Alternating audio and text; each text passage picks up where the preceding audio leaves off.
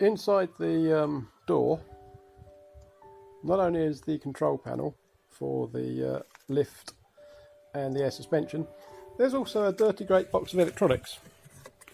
I guess it does need one. I just wasn't expecting to find it in there. It was just dangling in the breeze, in all the dirt. Not brilliant. One of the things you have to be careful of when you're doing any work like this is other people's wiring. I don't like these crimp connectors. I prefer soldered joints, especially when they're not crimped well. And there's an example there. That gave way, that grey wire. That could so easily happen any time, but that grey wire's given up, and it was attached to this green and white one there. And I will solder that and do a proper job of that later on, but that fell off virtually just looking at it.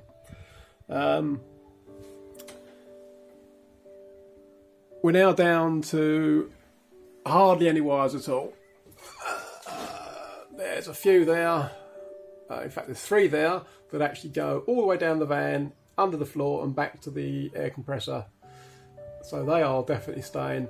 All these others I've got hanging over here because I've broken them down into what they do, where they go. They're just for identification, except for, where is it? That yellow one. Got to find out what that does. The way I approach this is very simple. I use bits of coloured tape. So all these ones here with bits of brown tape on, these are all spare cables. They all run to the cab. They could be reused. They're in a nice cable loom that's running down the A pillar there.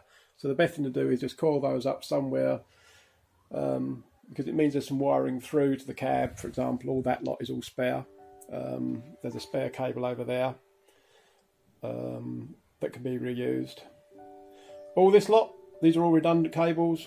These are still connected back to the 3 round connectors down there that went to the Genisys panel. All that lot's come out. I've identified every single one, because you have to actually, without a wiring diagram, you have to identify them all. They're dangling there. I've taken all the earths out. There was a huge harness of black earth cables, and they are now all in that box there with more debris. Any wires that I have got to identify, I put a red tag on. Any wires that I've cut off, because I've already identified, get a blue tag. And that's just an easy way I know what I need to check. For example, I've got a red tag on a couple of red wires in there. One I've now managed to identify. I've got one left, and then I changed it to blue. And that means I can buzz them out, because I've effectively got to buzz them out from this end, identify what they're connected to in the round connector to match it up with the Genisys system. Again, if I had a wiring diagram from the converters O and H, it would be a lot easier.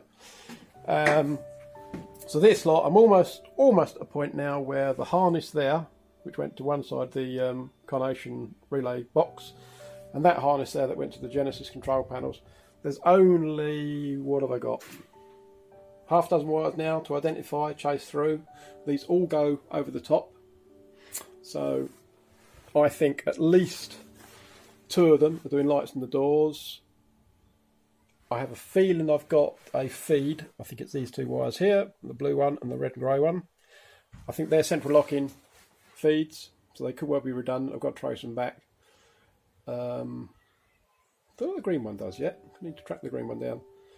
And I'm just now working on this mess here. This is all the wiring they put in order to provide power to the vehicle when the battery guard was enabled, and they've used some huge diodes there to segregate some cable. It goes up to the ignition switch. Fortunately, they're only spliced in, so all these cables can come out. As I said, fortunately they're spliced in. I put my finger there.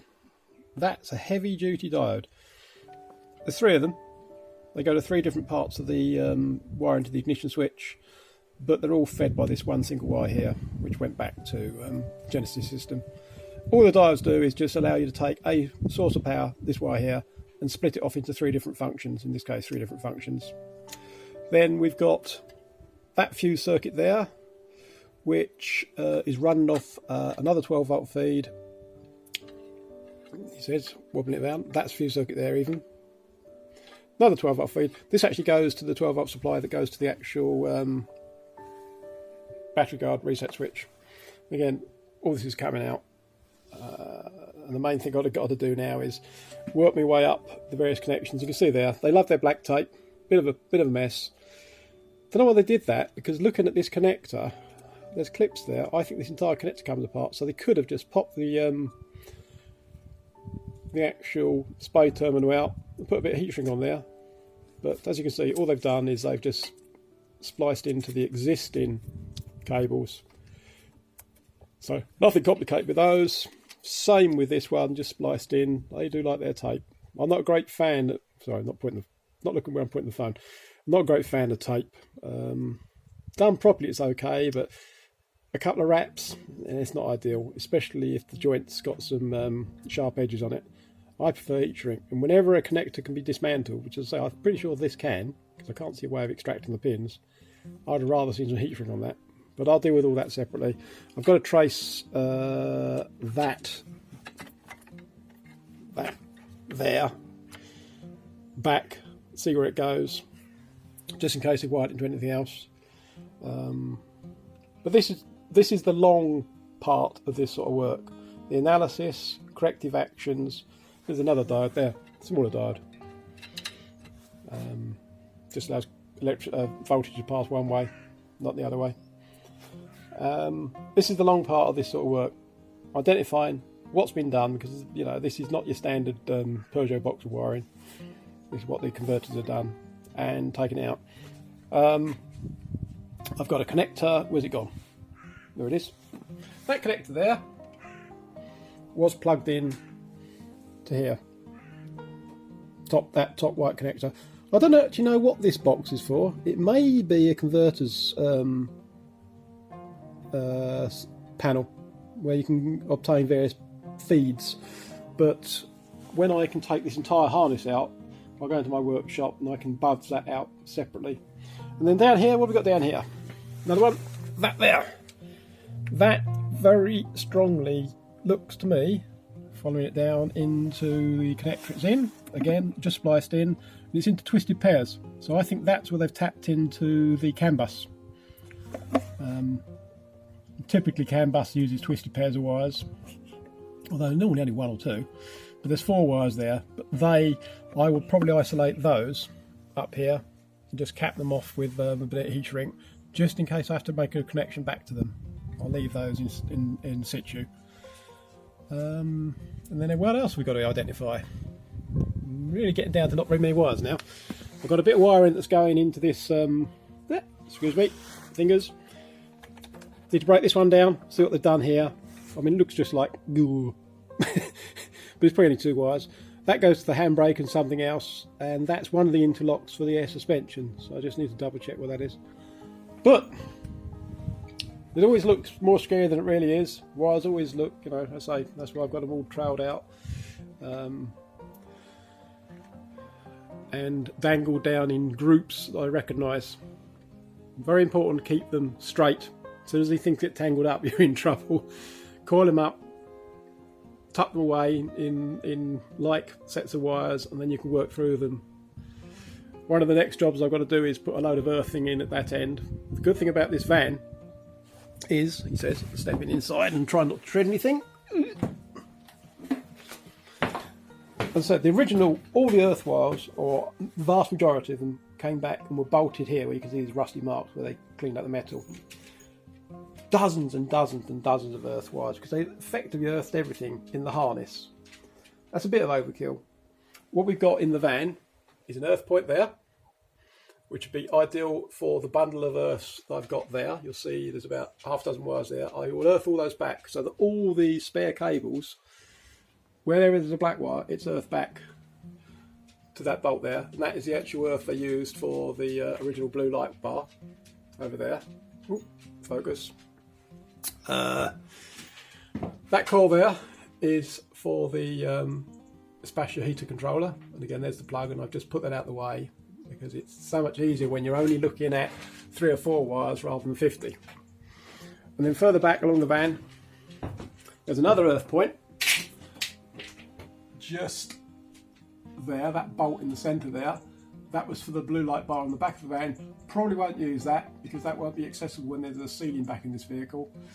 But the earths that go to the ramp and the air suspension, is it? No, it's probably just the ramp. There's 3 earths there. I will take back to that earth point there. That is the earth point that's used for the auxiliary batteries. And also that will probably, if the batteries stay here, that will become the main earthing point in this van for everything in the saloon. That will be accessible to anybody that's doing the work. And there's also a reasonable path, although it's a bit chock-a-block with cables at the moment, there's a reasonable path down through here that can be accessible because the nice little trim panel that goes in here could be made removable. That's something that can be added to or got to over the years. It's always useful to try and get your cabling to a point where if you do need to get at it, you can. So as I said, I probably won't use that one up top there because there isn't actually anything that needs to be earthed at that level. And that wouldn't necessarily be accessible again in the future. Then what have we got up there? 1 wire, that's all. There was dozens up there originally. There's 1 wire left now. That is the speaker wire to the reversing sensor. That goes all the way through to just under the dashboard. For whatever reason, most wires run behind me, but that one they've run in there, along there, down there, round there, through there, down there, all the way down there, right down there, down there, down there, down there. And it actually goes and comes out where that little white connector is there and plugs into the reverse sensor module there. So I've been around the houses. And as I said, I've got this yellow and black wire to identify the pair there. It goes down through the floor. I got a feeling it goes to the reverse speaker, the thing that says, you know, buzzes and says vehicle reversing. But it's horrible, filthy, wet, dirty, and I'm not getting under the van to have a look until I have to. No rush for that. So there you go. That's where we are today. Genisys is almost out, and I'll almost be at the point where I can then reconnect the chassis battery, make sure we've still got vehicle electrics, lights and everything else, and then I'll plumb in the auxiliary batteries with a few services that I can connect up, and then that'll be job done until Sally decides what she wants to do next. I mean, probably solar panels and maybe a B2B charger. I might wire that all up in, and then beyond that it's going to be an exercise for whoever she wants to actually do the conversion for her. Guessing, you know, I'm not going to try and guess where some of the stuff needs to go. At least I don't intend to. There you go. Hey, oh, broom. I wonder where that gone. I was looking for that yesterday. Oh, good grief. So there we are. That's the bundle of wires removed from the ignition switch. I always use blue heat shrink, as I said before, so that I know where I've been. I've left some tails on the wire, on the cables, just in case I need to reconnect anything. But I dismantled the connectors, popped each pin out, which is, well, with practice is easy enough to do, and that enabled me to put a bit of heat shrink on each one. Much neater than tape, and also it's much more reliable than tape. Tape can fall off and it can unwind. It's alive!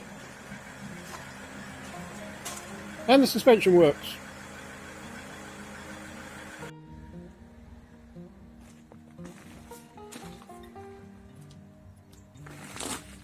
That is very bright. Good afternoon on a rather wet and disgustingly horrible grey Thursday, the 28th of November.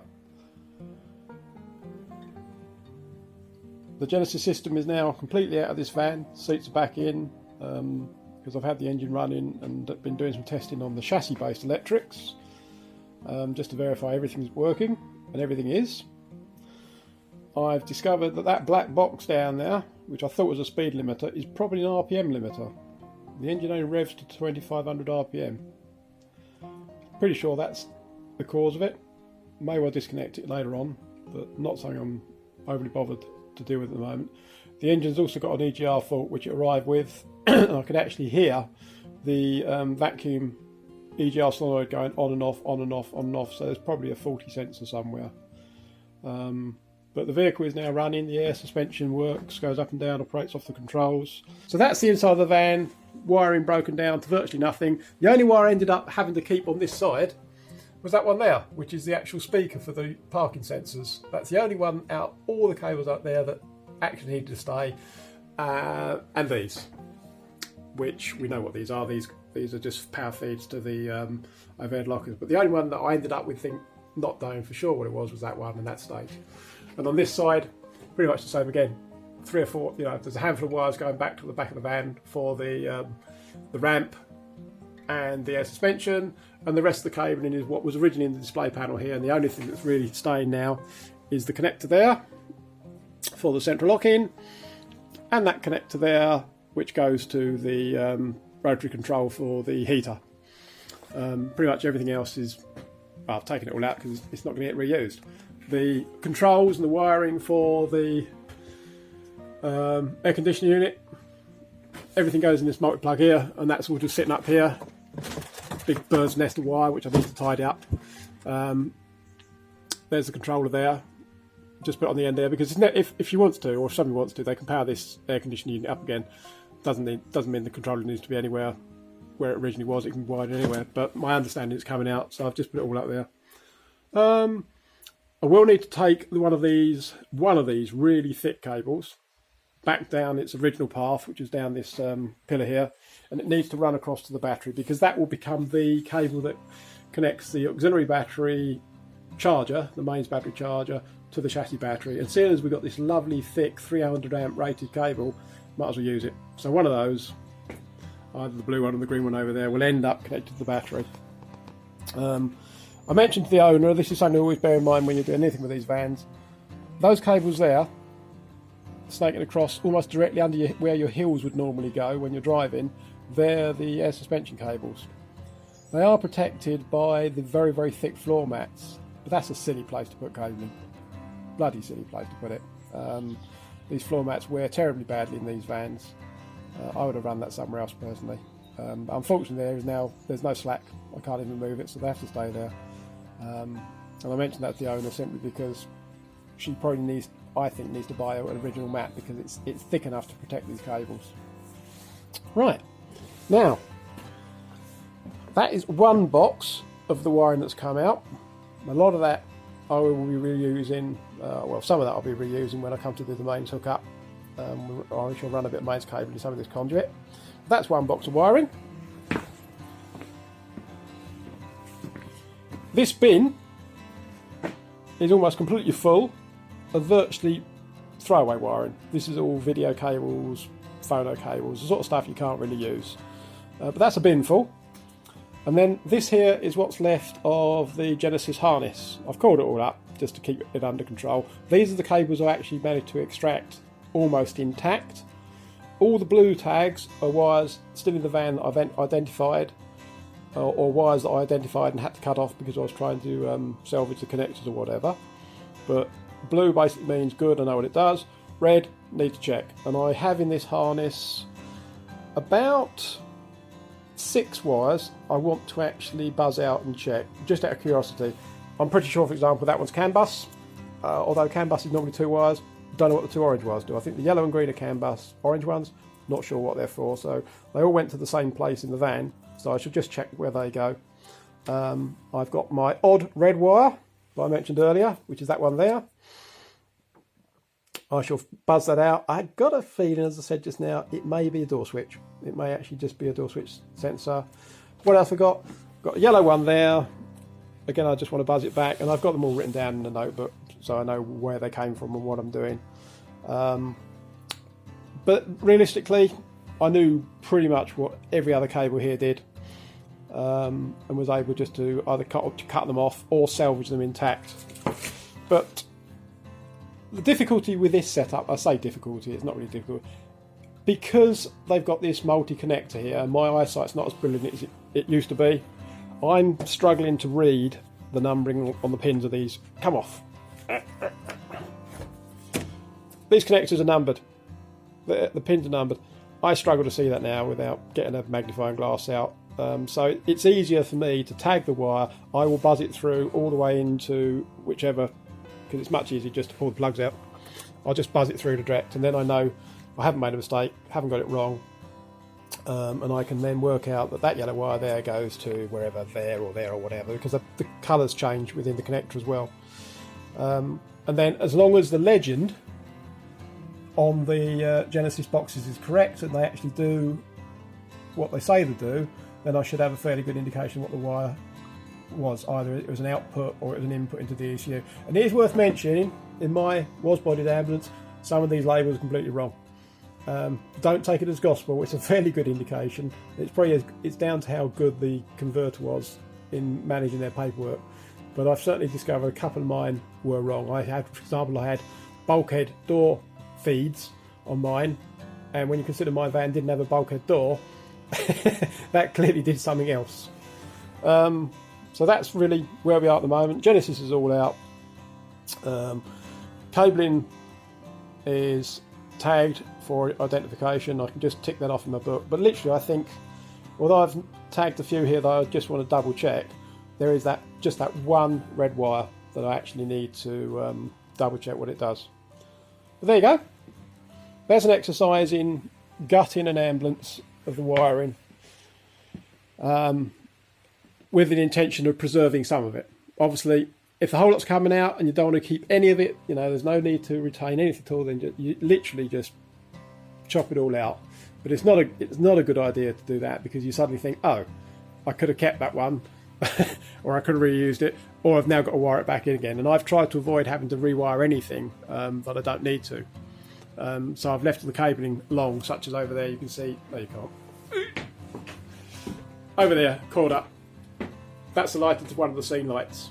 So I've preserved all that, and then I can run it all back. But the main thing was to get everything out of the way, so you concentrate on the ones that need to be looked at a sort of, what does that do, where does it go level.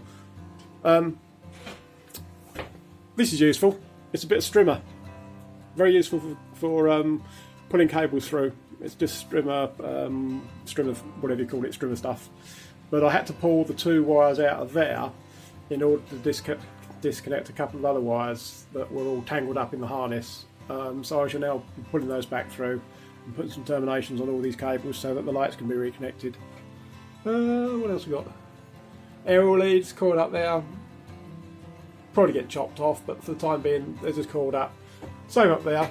That's the fan. So the connector's intact. The cable, again, that will get wired back to some other point in this fan.